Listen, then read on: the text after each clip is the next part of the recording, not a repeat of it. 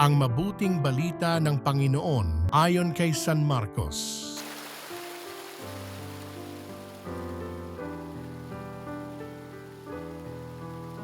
Pagkatapos dakpin si Juan, si Jesus ay nagtungo sa Galilea at ipinangaral ang mabuting balitang mula sa Diyos.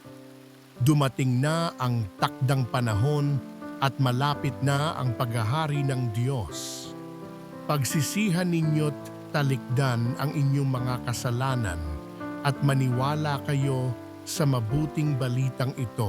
Samantalang naglalakad si Jesus sa tabi ng lawa ng Galilea, nakita niya ang magkapatid na Simon at Andres na naghahagis ng lambat, sila'y mangingisda.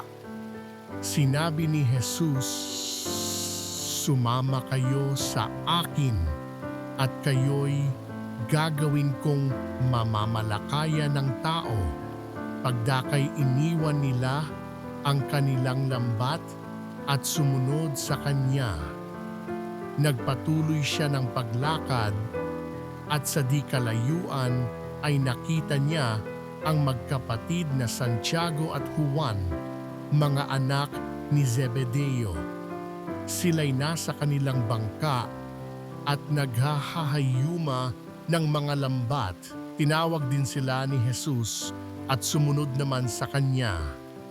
Iniwan nila sa bangka ang kanilang ama kasama ng mga taong upahan. Ang mabuting balita ng Panginoon.